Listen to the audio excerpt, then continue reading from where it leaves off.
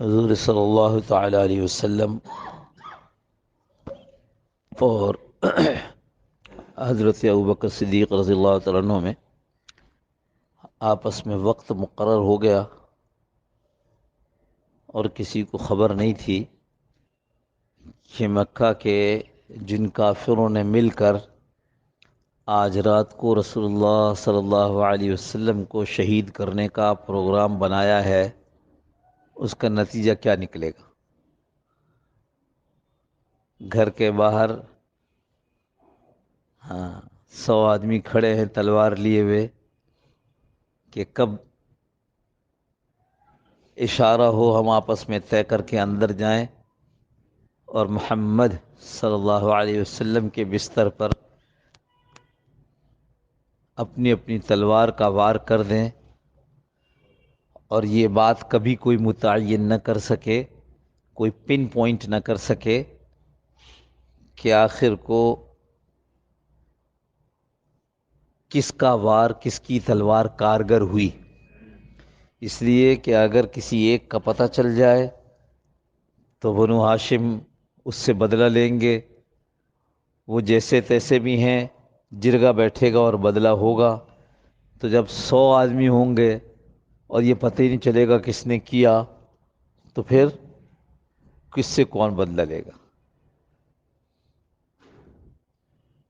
اور اللہ کے نبی صلی اللہ علیہ وسلم حضرت ابوبکر طے کر چکے تھے کہ آج ہی رات کو باہر نکلنا ہے، اور رات نکلے ہیں مکہ مکرمہ سے مدینہ منورہ کی طرف جانے کے لیے۔ کسی کو کیا خبر تھی کہ یہ انسانی تاریخ میں اسلام کی انفرادیت، اسلام کی اجتماعیت سے بدل جائے گی۔ کہنے کو ہجرت ہے، لیکن اصل میں بہت بڑا قدم ہے، بہت بڑا قدم ہے۔ انسان بلکہ میں اور خصوص کہوں خصوصاً مسلمان یہ انفرادی حیثیت سے نکل کر اجتماعی حیثیت میں آ گیا۔ ہم آپ اس کو اہمیت نہیں دیتے۔ حضرات صحابہ نے اس کو اہمیت دیا، تب تو اس کو ہجری تقویم، ہجری کیلنڈر بنایا۔ رائے تو اور بھی تھی، فلاں چیز کو فلاں چیز کو فلاں چیز کو فلاں واقعے کو ہجری تقویم، ہجری کیلنڈر کی بنیاد بنائی جائے، لیکن مشورہ اس پر ہوا، یعنی اس سے بڑا کوئی واقعہ نہیں ہے۔ حضور صلی اللہ تعالی علیہ وسلم نے ارشاد فرما دیا تھا کہ اب ہجرت فرض ہے، فرض ہے۔ اب مکہ مکرمہ میں رہنے کی اجازت نہیں ہے، ہجرت فرض کی گئی تھی۔ یہ نہیں تھا جاؤں نہ جاؤں، نہ، جانا ہے۔ فتح مکہ کے موقع پر جا کر یہ اعلان ہوا، اب ہجرت کی فرضیت ختم ہو گئی۔ بہت بڑا قدم تھا۔ انفرادی زندگیاں اور اجتماعی زندگی، اسلام اجتماعی زندگی میں اپنی شان و شوکت دکھاتا ہے، اجتماعی زندگی میں، اور اس اجتماعی زندگی کی بنیاد مسجد ہے۔ سب سے پہلے جہاں گئے ہیں وہاں حضرت عمار رضی اللہ عنہ پتھر اٹھا رہے ہیں، حضور صلی اللہ علیہ وسلم پتھر اٹھا رہے ہیں، سب مل کر کیا کر رہے ہیں؟ ایک مسجد بنا رہے ہیں۔ اللہ کے نبی صلی اللہ علیہ وسلم نے ارشاد فرمایا، جو آدمی اللہ کا گھر اس دنیا میں بنائے گا، اللہ کل ایسا ہی گھر اس کو جنت میں عطا فرمائیں گے۔ پورا گھر بات نہیں ہوئی، پورا گھر بنائے گا۔ کسی بیچارے کے پاس تھوڑے سے پیسے تھے، اس نے صرف ایک اینٹ کا پیسہ مسجد میں دے سکا، اس کا اللہ کے ہاں پورا گھر موجود ہے۔ ہم نے حضرت سے سنا، حضرت مولانا سلیم اللہ خان صاحب رحمۃ اللہ علیہ سے، چونکہ یہ کہیں پڑھا نہیں ہے اس لیے ان کا حوالہ دیا کرتا ہوں اس میں، فرمانے لگے قیامت سے پہلے کئی واقعات ہوں گے، ان میں ایک واقعہ یہ بھی ہوگا کہ دنیا میں ایک سیلاب آئے گا، اور اس سیلاب ایسا ہوگا کہ اس سیلاب کے ذریعے ساری مسجدیں اپنی جگہ سے اٹھ جائیں گی، اور وہ ساری مسجدیں اس سیلاب کے پانی سے بہہ کر کے ایک جگہ جمع ہو کر بیت اللہ میں جا کر جڑ جائیں گی، اور اللہ پاک بیت اللہ کو اوپر اٹھا لیں گے۔ یہ مساجد، یہ بیت اللہ کی بیٹیاں ہیں۔ مسجدوں کے بارے میں فیصلے اپنی عقل سے، مسجدوں کے بارے میں فیصلے ایسے قانون سے جو قانون اسلامی ہے ہی نہیں۔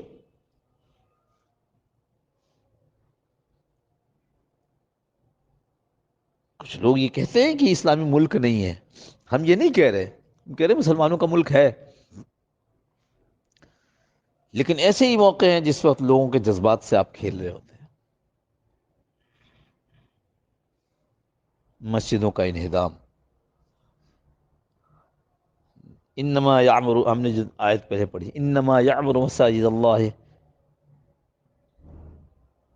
من آمن باللہ والیوم الآخر اقام الصلاة وآتى الزکاة ولم یخش الا اللہ فعسى اولئک ان یکونوا من المہتدین۔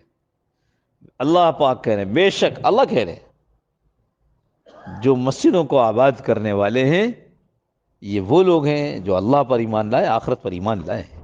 ان کے ایمان کی گواہی کون دے رہا ہے؟ انسان نہیں دے رہا ہے، اللہ دے رہا ہے۔ نماز قائم کرتے ہیں، زکوٰۃ ادا کرتے ہیں، وَلَمْ يَخْشَ إِلَّا، اللہ کے علاوہ کسی سے نہیں ڈرتے۔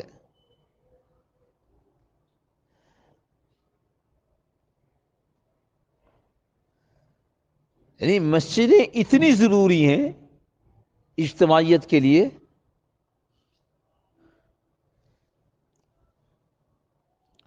جتنی بڑی آج مسجد نبوی ہے صلی اللہ تعالی علیہ وسلم، جتنی بڑی مسجد نبوی اس وقت ہے، اس نے پورا مدینہ منورہ کا احاطہ کر لیا ہے۔ مدینہ منورہ اتنی بڑی بستی تھی جتنی بڑی اس وقت مسجد نبوی ہے، اور شاید آپ کو معلوم ہو کہ اس مدینہ منورہ میں جتنی بڑی ابھی مسجد نبوی ہے، مسجد نبوی کے علاوہ 10 مسجدیں اور تھیں۔ 10 مسجدیں، کتنی بڑی بستی تھی بھائی؟ مسجدیں تو ضرورت ہے ہماری، ایک چھوٹی سی بستی تھی نا بھائی، جس مسجد نبوی کو آپ یوں کر کے ایک دفعہ گھوم بھی لیتے ہیں، کہتے ہیں یہ دروازہ بند ہے سلام پڑھنا اس دروازے سے جائیں گے، پھر کہتے ہیں وہ والا بند ہے ادھر سے جائیں گے، کرتے ہوئے پورا گھوم لیتے ہیں۔ اس کے اندر 10 مسجدیں تھیں۔ آپ بات کرتے ہیں کہ مسجدیں بہت ہیں۔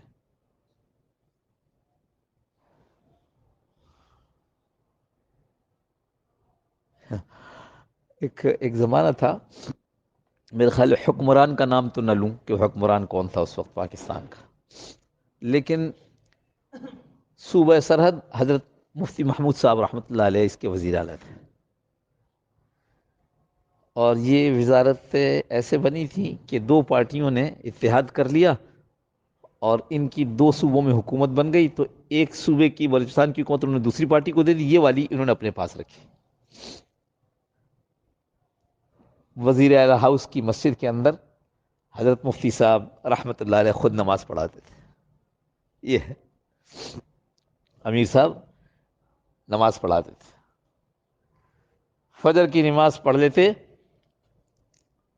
تو آپ نے دیکھا ہوگا مسنون طریقہ، امام گھوم کر بیٹھ جاتا ہے، مقتدیوں کی طرف منہ ہو جاتا ہے، اذکار پورے کرتے ہیں، دعا کرتے ہیں، ختم کرتے ہیں، منہ موڑ کر بیٹھ گئے، اذکار پورے ہو گئے، دعا ہو گئی، اب بیٹھے ہیں یہاں پر، یہیں بیٹھے ہیں۔ ہاں بھائی بتاؤ، سائل اپنی شکایت لے کر، افسر اپنی فائل لے کر، سب مسجد میں آتے تھے، سب مسجد میں آتے۔ 10 مہینے کے بعد وفاقی حکومت نے بلوچستان کی حکومت توڑ دی۔ جب وہ توڑ دی تو انہوں نے کہا پھر ہماری تو ایک معاہدے کے تحت تھا، وہ توڑی تو اس کا مطلب تم نے ہماری حکومت توڑ دی۔ انہوں نے یہاں سے استعفیٰ دے دیا، ٹوٹل 10 مہینے۔ اور فرماتے تھے حکمران کو للکارتے تھے، تم میرے دور حکومت میں 10 مہینے میں 10 مہینے میں تم میرے دور حکومت میں صوبہ سرحد کی 1 انچ زمین بتا دو جہاں میں نے دفعہ 144 لگایا ہو۔ ایسا امن امان، سنی میں ویران، پابندی نہیں لگائی، ویران، شراب بند، امن امان۔ جو اسمگلنگ کے راستے جو اب بھی ہم قابو نہیں کر سکتے وہ سب بند ہو گیا تھا، چیزیں ڈاکومنٹڈ ہیں، موجود ہیں۔ اور پھر یہ کہتے تھے کہ میرے تو 10 مہینے کے اندر 1 انچ زمین دکھا دو صوبہ سرحد کی جہاں میں نے دفعہ 144 نافذ کیا ہو، اور تم 1 انچ زمین دکھا دو پاکستان کی جہاں تم نے دفعہ 144 نافذ نہ کیا ہو۔ مسجد یہاں سے حکمرانی ہو اور اللہ کی رحمتیں نہ اترے، اللہ کی رحمت متوجہ نہ ہو، امیر خود نماز پڑھا رہا ہو اور مقتدی اس کے پیچھے ہوں، اور مسائل مسجد میں سنے جا رہے ہوں، اور فائل مسجد میں رکھی جا رہی ہو۔ بتاؤ، وہ کہتے ہیں نہیں نہیں اذان ہو رہی، میں جھوٹ نہیں بول رہا ہوں۔ تو وہ کون ہوگا جب مسجد میں جھوٹی فائل لے کر کے آوے کہ امام صاحب ذرا اس کو سائن کر دیجئے؟ ارے دوستو بہت دور ہو گئے، بہت دور ہو گئے۔ اللہ ہم سب کی حفاظت فرمائے۔ باطل کی چالیں ہیں، کبھی ادھر سے گھوم کر آتا ہے، کبھی ادھر سے گھوم کر آتا ہے، کبھی ادھر ہماری ایمان کو کی آزمائش ہوتی ہے، کبھی ادھر سے ایمان کی آزمائش ہوتی ہے۔ بس اپنے آپ کو ایمان پر رکھنا۔ یہ جو بات اس وقت چل پڑی کہ ہاں قبضے کی زمین پہ تھی اس لیے مسجد کی جاتی، عام آدمی کو میں نے دیکھا بات کرتے ہوئے، جس پر میں حیران ہوں اور آج مجھے بات کرنی پڑی۔ بالکل نہیں، بالکل نہیں۔ کسی انفرادی آدمی کے زمین پر قبضہ ہو تو سمجھ میں آتا ہے کہ یہ غلط ہو گیا، اس کو ہٹ جاؤ یا پیسے دو یا جو بھی کرو، اس سے معاملہ کرو۔ لیکن اجتماعی، سرکاری، اجتماعی، تو اس میں اجتماعی، یہ کام بھی اجتماعی ہے، اس لیے اس کو ریگولرائز کرو، اس کو قانون میں لاؤ۔ اس سے زیادہ ضرورت کوئی چیز ہے؟ مسجد سے زیادہ کوئی عمارت، مسجد سے زیادہ کوئی جگہ کسی معاشرے میں ضروری ہے؟ نہیں ہے۔ میں اس کو دلیل کے طور پر پیش نہیں کرنا چاہتا، دلیل کے طور پر پیش نہیں کرنا چاہتا، لیکن حضور صلی اللہ علیہ وسلم سے پہلے کا زمانہ، اسلام سے پہلے کا زمانہ، جس عورت کے ہاں ولادت میں مشکل ہو رہی ہوتی تو اس کو بیت اللہ میں لاتے تھے تاکہ ولادت میں آسانی ہو۔ میں اس کو وہ نہیں بنانا چاہتا، دلیل نہیں بنانا چاہتا، لیکن وہ بھی اتنے سمجھدار تھے۔ یہی تو ہے اللہ کا گھر جہاں سے رحمت نازل ہوں گی۔ آپ چاہتے ہیں کہ مسلمانوں کا یہ مرکز ختم ہو جائے، مدرسے ختم ہو جائیں، اسکول بنا دو۔ آئی ایم ایف کی جو شرائط ہیں اس کے اندر ایک شرط ہے، جتنے مدرسے ہیں ان کو اسکول بنایا جائے۔ سبحان اللہ۔ ہم اپنی معیشت کو بچانے کی خاطر یہ سب کچھ مانے چلے جا رہے ہیں، اور اللہ کی شان معیشت دھڑام سے زمین پہ آ رہی ہے۔ کل پھر پتہ نہیں چیزوں کی قیمتیں کتنی بڑھانے کا اعلان کیا ہے۔ اللہ کو چھوڑ کر تم چاہتے ہو تمہارے لیے دنیا میں آسانی ہو، خدا کی قسم ممکن نہیں ہے۔ قسم اس لیے کہہ رہا ہوں کہ اس میں حانس ہونے کا، کفارے کا مجھے کوئی امکان نہیں نظر آتا۔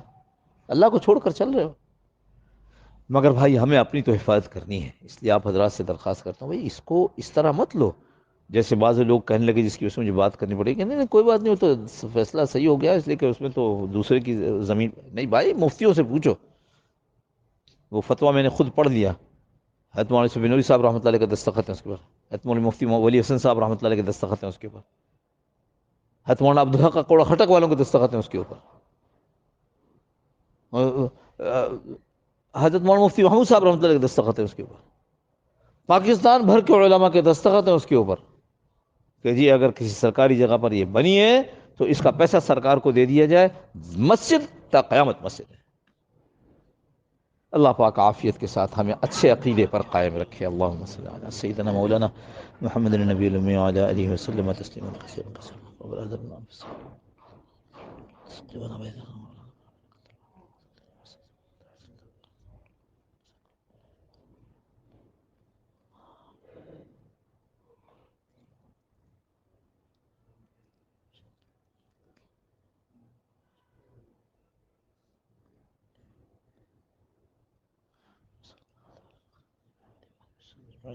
برحمتك یا ارحم الراحمین. جزاکم اللہ خیر. السلام علیکم ورحمۃ اللہ وبرکاتہ.